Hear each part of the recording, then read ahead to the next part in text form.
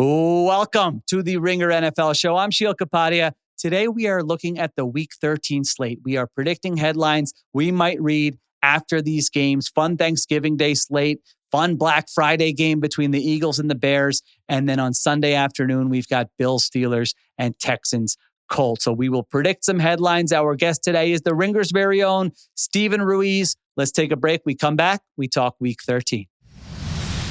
This is the Ringer NFL show presented by FanDuel, the best place to bet the NFL all season long. FanDuel's got it all. Same game parlays, quick bets for jumping in live, and your way so you can build the bet that fits your play.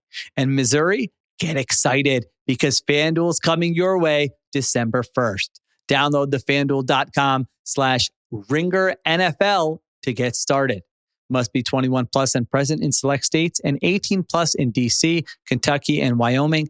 Gambling problem? Call 1-800-GAMBLER or visit rg-help.com. Call 1-888-789-7777 or visit ccpg.org/chat in Connecticut.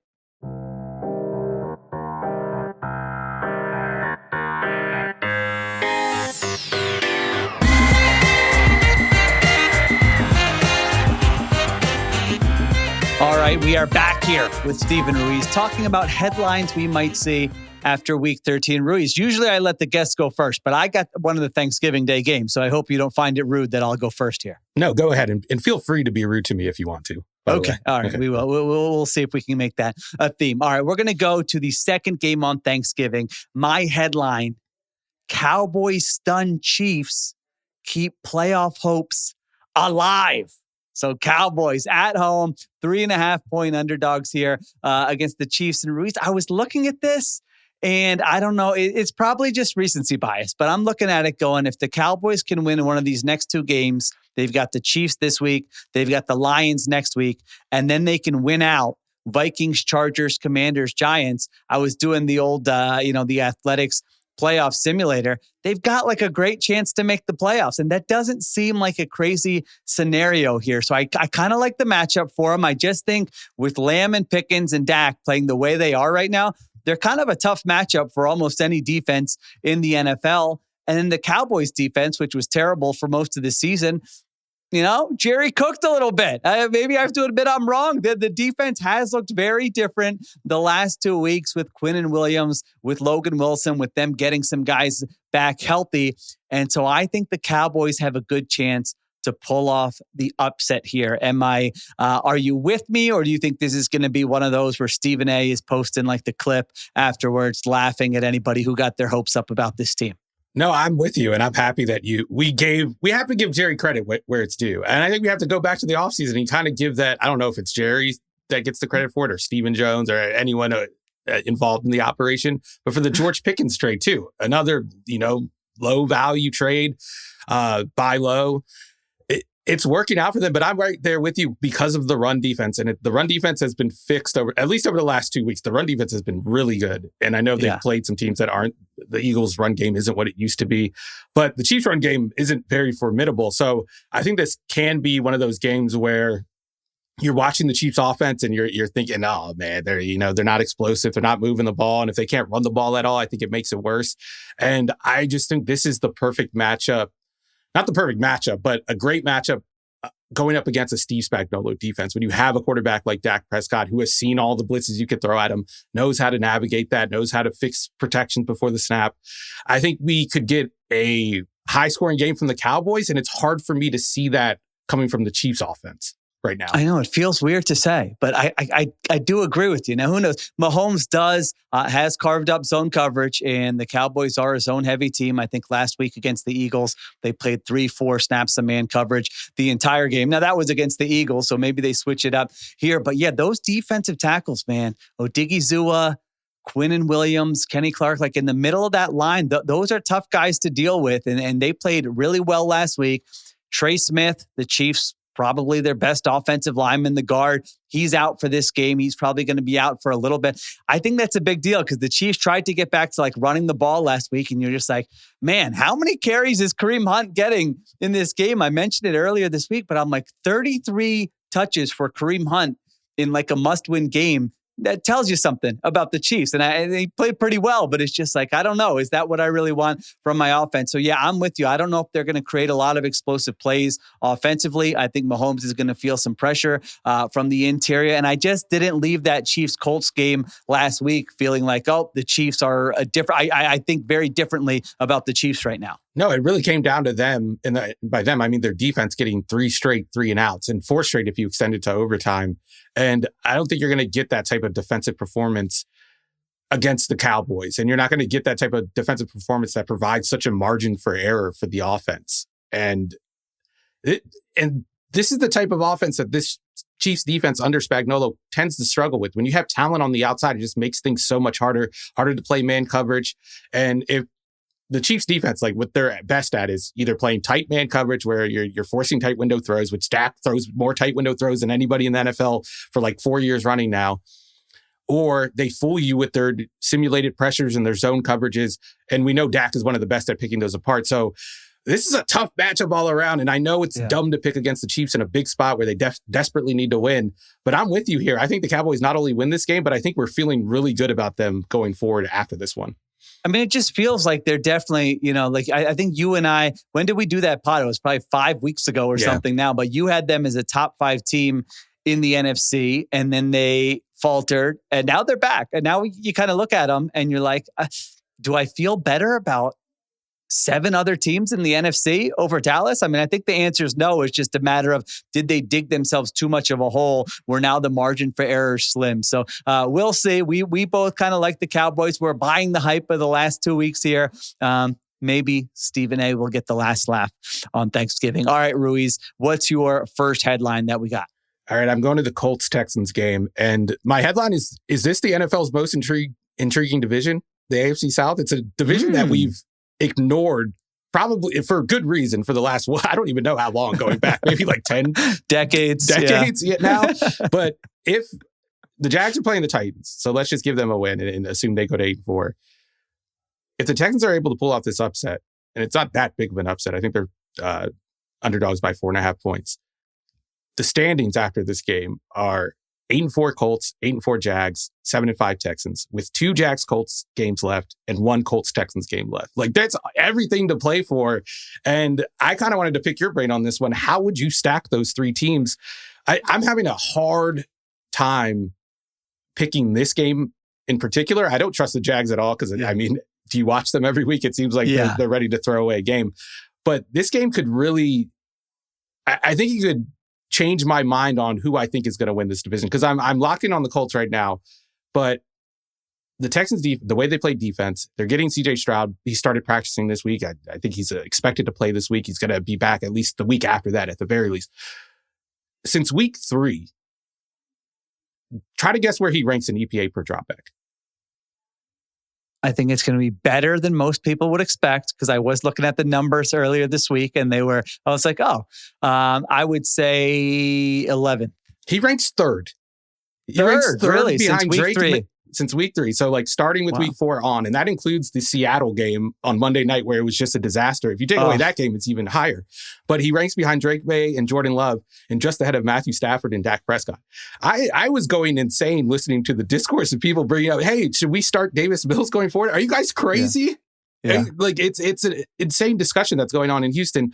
But the run game still stinks. But outside of that, they have all the pieces you need to make a playoff run. And I don't like what I've seen out of the Colts offense for the past couple of weeks, especially with regard to the pressure that Daniel Jones has been under. I know he didn't take a sack last week against the Chiefs, but the 3 games before that, he took 15 sacks combined. And the Chiefs were getting plenty of pressure. He was just getting rid of the ball early, throwing checkdowns, and they were getting gobbled up and getting tackled for minimal gains. If that's the approach against a Texans defense, that's what they want. They swarm to the football, they tackle, they minimize yak. I think this could be a game that the Texans pull the upset. And if that's the case, this division is wide open. Yeah, the Stroud thing, we have to see still. It looks like he was, out there practicing. So that's good because I know earlier this week, D'Amico Ryan said he still hadn't cleared the concussion protocol. And I was like, like they really could use him for this game. And it's hard to, sometimes we just assume, all right, a guy's back. He's, it's hard to come back from a freaking concussion and just be the guy you were previously. But My feelings are pretty similar to where you are. And I'm sure, if you're a Colts fan who you listen to the show often, you're probably sick of hearing about it. But I think the Texans have a real shot here to overtake this division. I've got the Jaguars third, when you said just kind of rank them because of what you said. I can't get behind them. No. Like you said, let's give them the win against the Titans. I'm like, they're going to lose one of these games that they're big favorites in. So I don't trust them. So I do think it's Texans or the Colts. And this Texans defense is so good that you don't need a great offensive performance in any of these weeks. You kind of just need enough. I mean, I think the defense is just going to keep them in a lot of these games. The bones of that defense with those edge rushers and the coaching with D'Amico Ryans and the corners. Like if you just say pass rushing corners, they are the best in the NFL. And they've got the coach who's done it against very good offenses before, which I know you and I have talked about, which we really like. He's got that resume, that track record. And so, yeah, I do give the Texans a really good chance here. I know they were 4.5-point underdogs before when it was a little unclear whether Stroud was playing or not. I don't know if that line has moved or not, but they've been really good. Daniel Jones, 4th highest turnover-worthy play percentage in the NFL.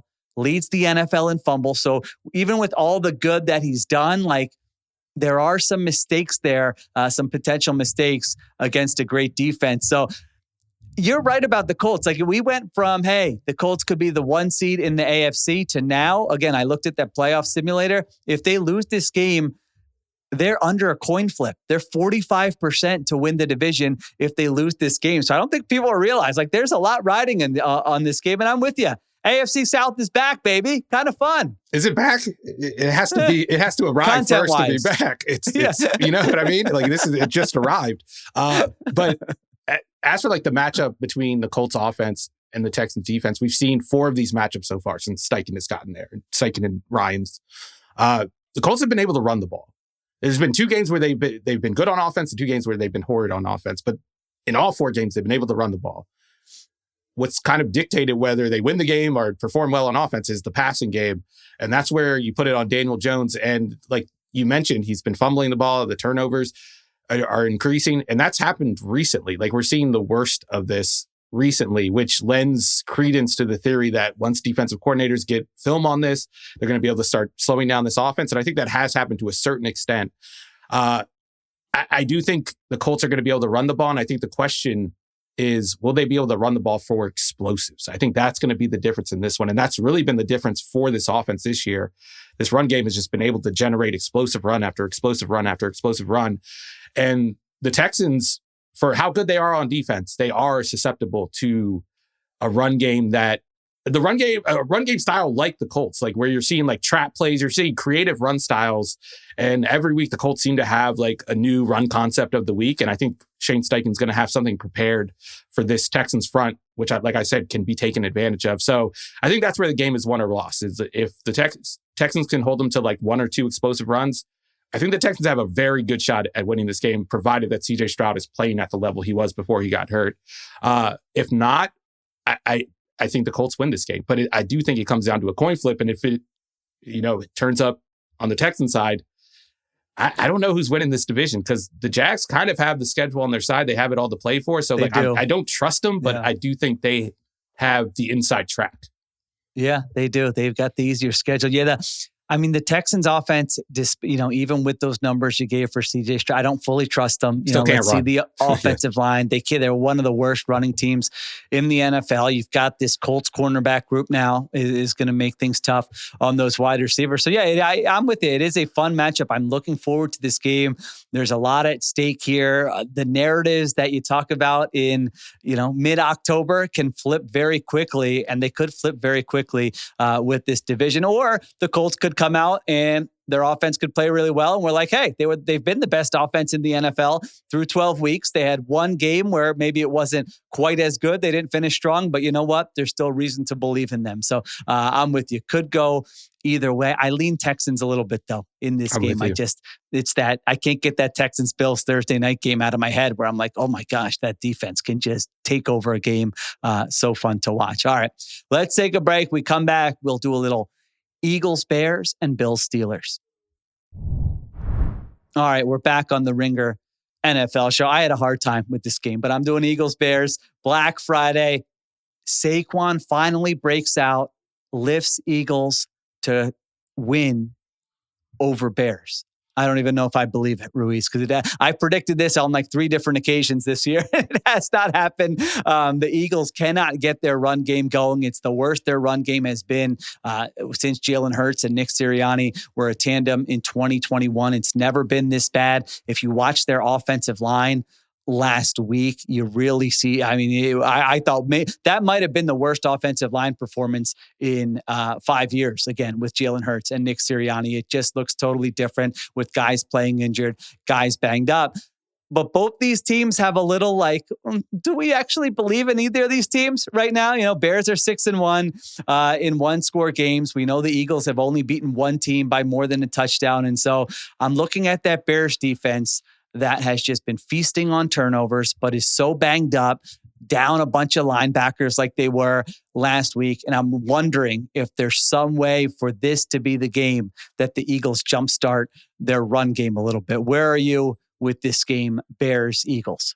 Yeah, I'm kind of with you on this one. I don't really trust either team, but the Eagles kind of have that inherent trust built in just because we've seen them do it, especially in January.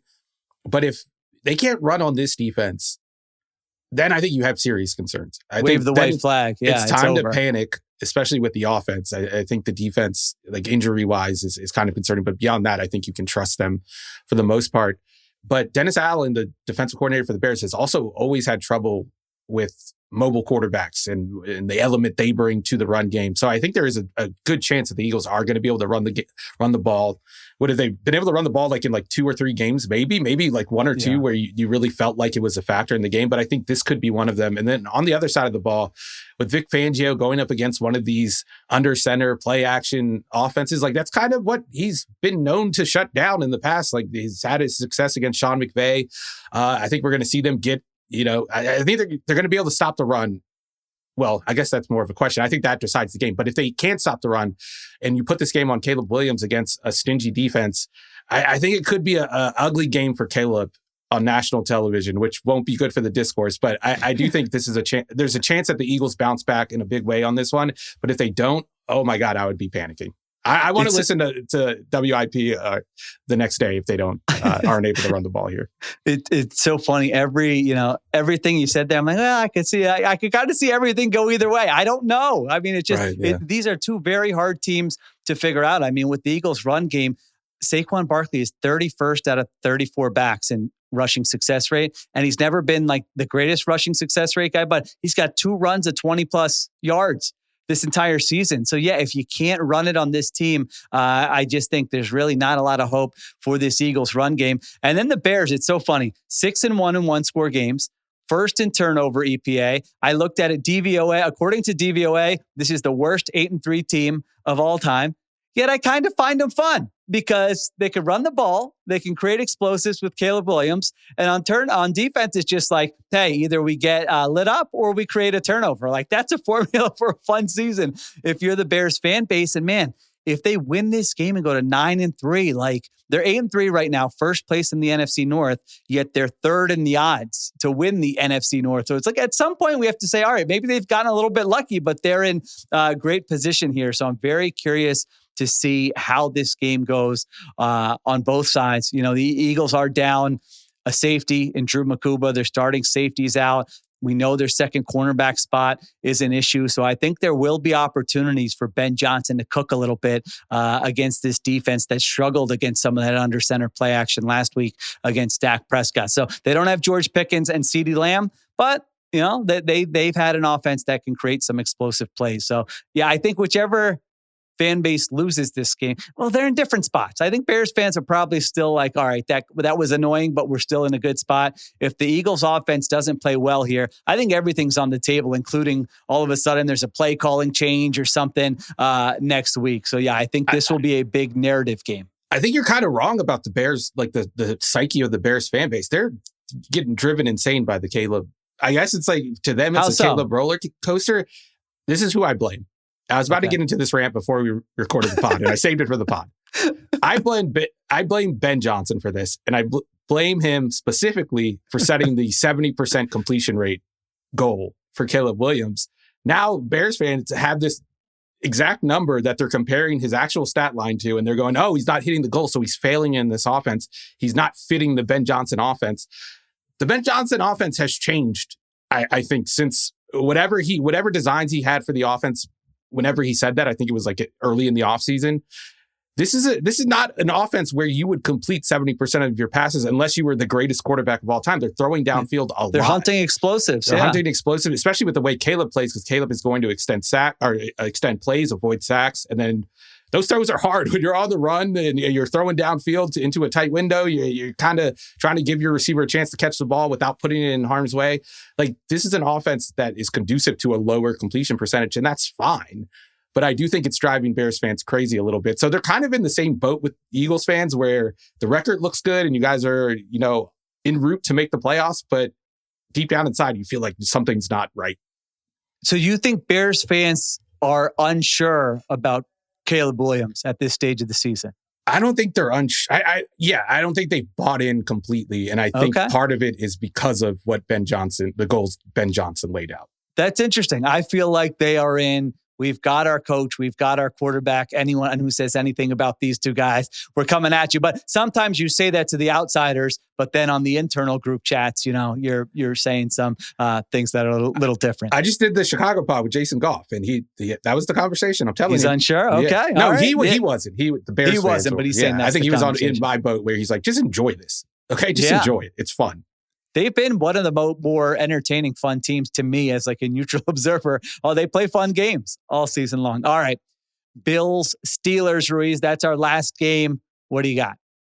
This is sort of independent of the result because I honestly don't know who I'm picking in this game. But the headline is Joe Brady the guy?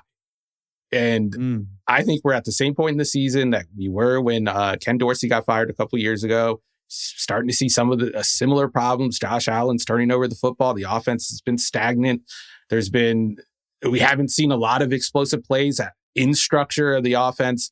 And now they're going up against a Steelers team that, when I was prepping for this game, I feel like this is a great matchup for Pittsburgh. This is like an ideal matchup if you're putting Pittsburgh up against one of the better teams in the NFL, just because they're built to play defense in a phone booth, which we know, Buffalo likes to get their big bodies on the field and run the football from under center. They like to play that single high style, whether it's cover one, whether it's cover three. They'll give you opportunities on the outside. You can beat them. If you can beat them deep, then they're probably cooked. If you can't, then you kind of play into their hands. And the Bills just have not been able to do that. They haven't been able to beat man coverage at all. They've been searching for answers. And I don't think Brandon Cooks is the answer. And I don't know if he's going to even play in this one, but he was averaging 8 yards per reception, not like per target, per reception this year. And then last year was 10 yards per reception. So I think they're going to have problems with man coverage. The Steelers are going to play a lot of it. I think the Steelers are going to at least be able to not totally stop the run game, but I think they're going to be able to slow it down compared to the Bills, typical standard. And then on the other side of the ball, you have a run defense that I think, I don't know how it's going to fare against an Arthur Smith run game, where you're going to see a lot of motion. You're going to see a lot of under center runs and pistol runs. I think there's a good chance the Steelers are able to run the ball and that the Bills aren't able to run the ball like they're used to. And if that's the case, this could be a game that's low scoring and very frustrating. And what Mike Tomlin does in those games. I just feel like it feels like last year a little bit for the Steelers, where it's, all right, their record's this, they were 10-3, they fell apart against good competition. I don't buy their defense. I think it's a below average defense. I think we saw that last week, but we saw it a few weeks ago against the Colts. They can have these games where their pass rush just takes over. And this could be one of those games. It's so, when you look at the Bills, like offensive numbers overall, it's crazy because they're top 5 in pretty much every metric, but they're so boom or bust. Like I was doing it, I'm like, how can this be the case? I've watched them and I know it doesn't always look like this. They've had 4 games that are 90th percentile or better in EPA per drive, and then 4 below average games. So it's like when they're good, they're putting up 40, and they've done that a few times this year. But then they have those games like you saw against the Texans, or you saw against the Falcons, or you've seen against these other teams where you're like, oh, I don't know. This offense sure doesn't seem to have it. So yes, this is a tough game. I lean towards Buffalo just because you talked to me for years, where this time of year, I'm just like, no, the Bills are going to be fine. They'll figure it out. And so I'm just going to lean on that. But I agree that it has not looked great for them offensively. And then defensively, we know this is maybe their worst defense since Josh Allen got there. Yeah. And definitely leaning towards Buffalo in this game, but I think either way they come out of it not feeling great. If you win a close game against the Steelers, you're not feeling great when your expectations are to win the Super Bowl and to be one of the best teams in the NFL. But I do feel like this is one of those games where Josh Allen gets the zoomies and like the rest of the offense isn't working and he's under pressure and he has to, bail out of the pocket and create on his own. And with that, it's always like there are two possible outcomes. Either he's great and he's Josh Allen MVP and he throws for 300 yards and 4 touchdowns and everyone's like, holy crap, this is one of the best quarterbacks we've ever seen. Or last Thursday, we see him throw interceptions. We see him take sacks. We see the offense stall out. And I agree with you. You look at the stats and you're like, this is one of the best offenses in the league. It's one of the most balanced offenses in the league. But go back 3 years ago or 2 years ago, whenever Ken Dorsey got fired, same thing. Ken Dorsey got fired. Good. Yeah, he got fired with like a top 5 offense by EPA, and like the run game was top 10, the pass game was top 5, success rate was high, explosive play rate was high. Yeah. It's just one of those things where I think it's how the team is built. Like you're going to be good over the long haul when you have a quarterback like Josh Allen. And there's going to be high spikes, but there's going to be, low lows. And I think we saw one of those low lows last Thursday. And I think this is one of those matchups where a low low is within the range of possible outcomes. Yeah, no. The two versions of Josh Allen, it's like, the last 2 weeks have kind of just been like that. That Bucs game, 6 touchdowns. And then, the last game against the Texans. Didn't Allen say that one time? Like, didn't he say like there's like sometimes you got to let I don't think he said bozo, but he said something to that effect. Like sometimes you got to let the bozo out. Probably, yeah. And we saw a little bit of that. We saw a lot of that last week against the Texans. So we'll see what happens this week against the Steelers. All right. Thank you to Steven Ruiz. You can check out, of course, all of his work at theringer.com. I will be right back with the Hurry Up. All right. Today's Ringer 107 is brought to you by FanDuel. Bad week last week. Let's try to bounce back here. First game I've got Cowboys plus 3.5 at home against the Chiefs. We talked about this game earlier. Had to do one Thanksgiving Day game. So 2 things I like. Cowboys passing game, tough to defend with Lamb and Pickens. And then I mentioned it as well, interior pass rush against that Chiefs interior offensive line. Make life hard for Patrick Mahomes. So Cowboys, that's the first pick. Second pick, Browns plus 5.5 at home versus the 49ers. Brock Purdy did not look good Monday night. Now there's some potential for bad weather. I like this Browns defense. Can Shedeur Sanders just not lose the game for Cleveland? Build on last week, take care of the football. If so, I think the Browns can keep it close. I'm taking the points on that one. All right. Third pick, Seahawks minus 11.5 at home against the Vikings. Don't know if J.J. McCarthy's going to play in this game. Could be Max Brosmer, who is an undrafted rookie. Just a big ask to move the ball against the Seattle defense for an undrafted rookie making his first start. So maybe I get burned by a garbage time score here. Maybe Brian Flores puts Sam Darnold in a blender, but I'm willing to risk it and take the Seahawks big in this game. Fourth pick, we just talked about this game. I'm sticking with the Bills, minus 3.5 at Pittsburgh. Maybe the Steelers pass rush wrecks the game. It's entirely possible. I just don't believe in this Steelers team. It's not a big number. I think Bills can do enough to win, even if it's a little bit of an ugly win. And then last game, Chargers minus 9.5 against the Raiders. The Raiders offense is just not competitive with or without Chip Kelly. I mean, that team has no life. Chargers are fighting for a playoff spot. I know they have issues of their own, but give me like a 23-13 win by the Chargers. That feels doable. All right, those are the picks. Today's Ringer 107 was brought to you by FanDuel. Odds subject to change. Thanks to everyone for listening. Thank you to Christopher Sutton for producing, Kiera Givens on social, and additional production supervision by Conor Nevins and Arjuna Ramgopowell. I'll be back Monday morning breaking down the biggest Week 13 storylines. Have a great Thanksgiving, everyone. Talk to you next time on the Ringer NFL Show.